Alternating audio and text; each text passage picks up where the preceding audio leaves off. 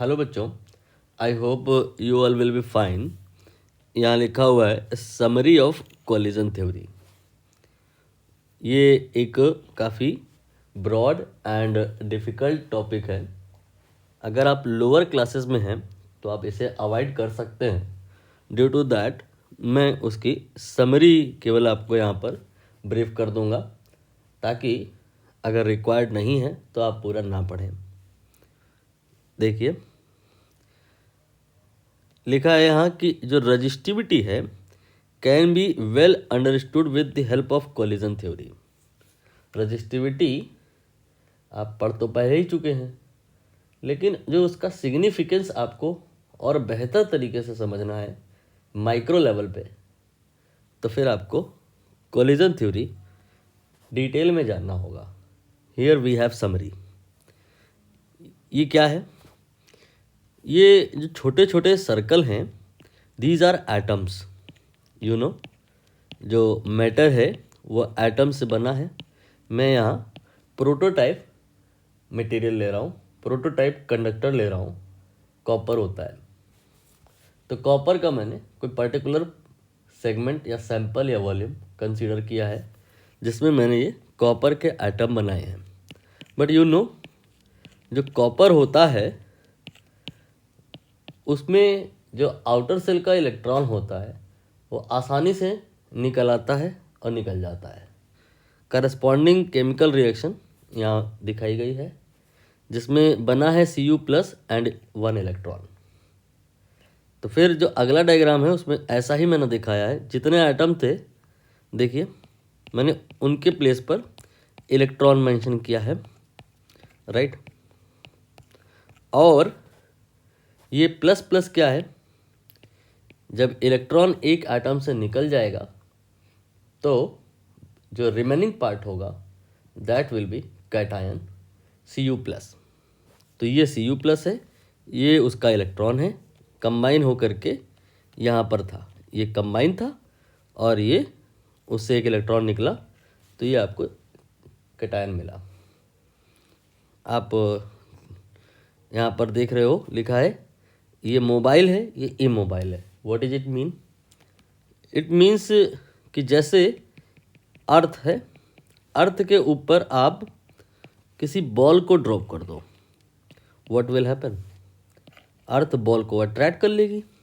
ये तो सब जानते हैं, न्यूटन ने ये बताया ही था। क्यों? क्योंकि अर्थ बॉल को कोई पर्टिकुलर फोर्स होता है, W = mg, शायद पता होगा आपको, नहीं पता तो कोई बात नहीं। उस फोर्स से बॉल को ये अर्थ खींच लेती है, उसी की वजह से बॉल नीचे आ जाती है। क्या बॉल अर्थ को नहीं खींचती है? बॉल भी अर्थ को उतने ही फोर्स से ऊपर को खींचती है, लेकिन क्या अर्थ ऊपर आ जाती है? नहीं आती है। क्यों? जब आप सोचिए, बॉल उतनी फोर्स से नीचे आ जा रही है, बट अर्थ फोर्स उतना ही लग रहा है, लेकिन ऊपर नहीं जा पा रही है। क्यों? कि जो अर्थ है बहुत हैवी है, उसका मास बहुत ज़्यादा है compare to mass of ball, जिसकी वजह से अर्थ में मोशन नहीं हो पा रहा है। तो जो आसानी से मूव कर ले उसको मोबाइल कहेंगे, और जो ना मूव कर पाए, भारी आदमी, ओवरलोडेड, ओबेसिटी जहाँ ज़्यादा है, वेट जिसका ज़्यादा हो गया है, मोटापा बढ़ गया है, कहेंगे मोबिलिटी उसकी कम है, आलसी हो गया है वो। ऐसी ही थ्योरी है यहाँ पे। ये जो आपके कैटायन हैं, इसे कैटायन तो नहीं कहेंगे, एनायन कहेंगे, आप सिंपल आयन कह लो, वो इमोबाइल है, क्योंकि इनका जो मास है बहुत ज़्यादा होता है कंपेयर टू फ्री इलेक्ट्रॉन। हल्के लोग फुर्ती में दौड़ लेते हैं, मोबाइल होते हैं टेक्निकली, एंड भारी लोग इमोबाइल होते हैं। समझ आ गई कहानी? ध्यान दीजिए, मैंने ये नहीं कहा है कि इनमें मोशन, किसी भी प्रकार का मोशन होगा ही नहीं। इनमें भी मोशन होता है, आयंस में जो लेकिन मोशन होता है वो फ्री मोशन नहीं होता, लाइक इलेक्ट्रॉन। ये इलेक्ट्रॉन जो फ्री हुआ है, ये कहीं भी जा सकता है जिधर मन करेगा, लेकिन ये कहीं भी नहीं जा सकता है, ये कहीं भी नहीं जा सकता अपनी ही जगह पे बस वाइब्रेट करता है। दरअसल इसी वाइब्रेशन की वजह से ही तो टेम्परेचर होता है। Temperature of a body is because of you can say here vibration. Solid body की बात हो रही है। तो यहाँ पर क्लियर हुआ आपको कि कैटायन जो आपके आयन हैं, these are immobile, can vibrate at own place but cannot move, are not mobile. But for electron it's not like that. Electron can move here and there like air molecules in your room, like gaseous molecule. इसीलिए sometimes जो collision theory है उसको electron gas model भी कहा जाता है, क्योंकि electron यहाँ पर उसी तरह से बिहेव कर रही है जिस तरह से आपके रूम में मॉलिक्यूल्स बिहेव कर रहे हैं, और इधर उधर कहीं भी मूव कर सकते हैं फ्रीली। इतना डिटेल में जाने की जरूरत नहीं है क्योंकि हम यहाँ समरी पढ़ रहे हैं। फिर आपको यहाँ पर यह बताया जाता है कोलिजन थ्योरी में कि दो चीज़ें हमें यहाँ जाननी होती हैं, तब जा कर के रजिस्टिविटी माइक्रो लेवल पे क्लियर हो पाती है। One is free electron density and other is mobility. हमें यहाँ उतना डिटेल में जाने की ज़रूरत पड़ेगी नहीं, ऐसी मुँह जवानी आप चाहो तो सुन सकते हो। फ्री इलेक्ट्रॉन डेंसिटी का मतलब number of free electron in unit volume, and mobility इसका मैंने आपको फील बताया कि how free an particle can move. अगर पार्टिकल, यहाँ पर हम बात करें इलेक्ट्रॉन की, तो आराम से मूव कर सकता है क्योंकि उसमें मास नहीं है उतना ज़्यादा। आयन ये अपनी जगह हिलडुल तो सकते हैं लेकिन मोबाइल नहीं है। नाउ ये क्वेश्चन आपके लेवल पे है, पूछा जाता है, इसीलिए ये यहाँ पे है कि जो रजिस्टिविटी होती है मेटल में वो कोलिजन की वजह से होती है। बट ये कोलिजन किसके किसके बीच में होता है? इलेक्ट्रॉन इलेक्ट्रॉन के बीच में होता है, या आयन आयन के बीच में होता है, या इलेक्ट्रॉन एंड आयन के बीच में होता है। जो मैंने यहाँ ऊपर बताया बस इसी पर थोड़ा आप और अटेंशन दो, क्लियर हो जाएगा। ये इलेक्ट्रॉन ऐसा नहीं है, मैंने बनाया अलग है, लेकिन एक पर्टिकुलर सैंपल है, उसमें इलेक्ट्रॉन भी घुसे पड़े हैं और आयन भी घुसे पड़े हैं। डायग्राम मिलेगा कहीं शायद, ये है, इसी को ऊपर ले लो, देखिए, ठीक है। यहाँ पे सारे इलेक्ट्रॉन तो नहीं मैंने बनाए हैं, कोई एक इलेक्ट्रॉन कंसीडर किया मैंने और उसको देखिए मैंने इधर उधर नचाया है, कहीं जा रहा है। ये जो मोशन है ना, इसे रैंडम मोशन कहते हैं। रैंडम मोशन का बोले तो मतलब कोई रूल नहीं है कि ये किधर जाएगा। जब जैसी इसकी टक्कर होगी तब उस हिसाब से अपनी डायरेक्शन चेंज करेगा और कहीं भी चला जाएगा। बट समझ में ये तो आ रहा है ना यहाँ से कि कोलिजन किसका किससे हो रहा है। क्या ये इलेक्ट्रॉन दूसरे इलेक्ट्रॉन से टकराया? नहीं, ये इलेक्ट्रॉन इस आयन से टकराया, फिर ये कहीं और चला गया, फिर दूसरे आयन से टकराया। तो collision between electron electron, no, between electron and ion is responsible for resistivity. Greater the number of such collision, greater will be hindrance, greater will be the resistivity.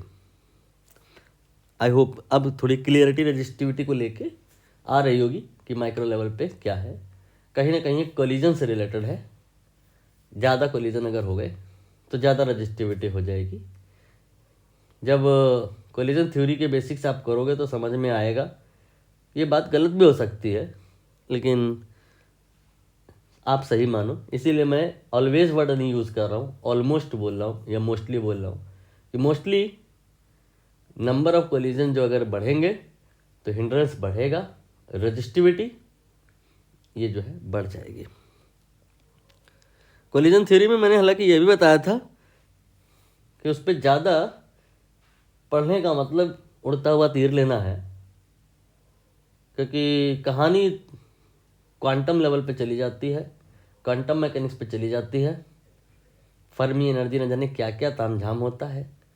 वो तो 11वीं 12वीं के भी बहुत ऊपर BSc MSc तक के लेवल पे कहानी होती है। अभी इतनी ज़्यादा स्टडी करने का कोई मीनिंग नहीं है। अब आई थिंक ये लास्ट है कि with rise in temperature number of collision will increase due to that resistivity will increase. Temperature से रेजिस्टिविटी का क्या ताल्लुकात है, इसके लिए बीच में कोलिजन को लाना पड़ा। लिखा है मैंने कि रेजिस्टिविटी बढ़ जाएगी। क्यों? क्योंकि टेम्परेचर बढ़ाएंगे तो कोलिजन बढ़ जाएंगे।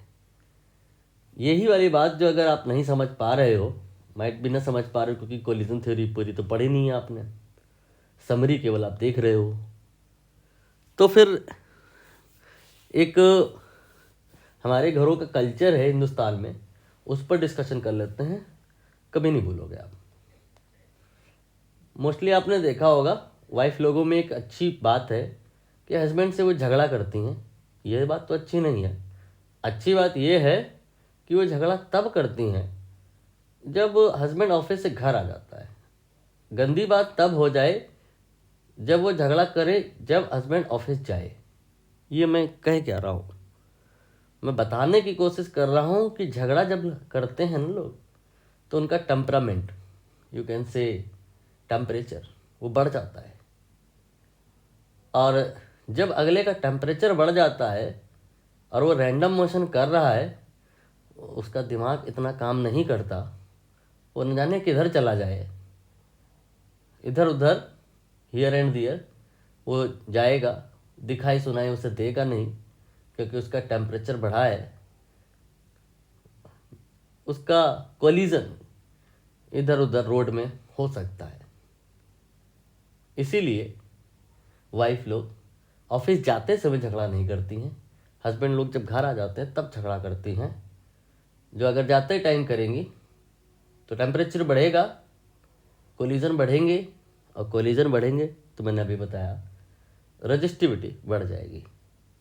बाकी ऐसे भी आप समझ लो कि भाई अगर आप हाई टेम्परेचर पे हो तो आप फास्ट मोशन करोगे, गर्मी ज़्यादा है आप में, आपकी स्पीड बढ़ जाएगी।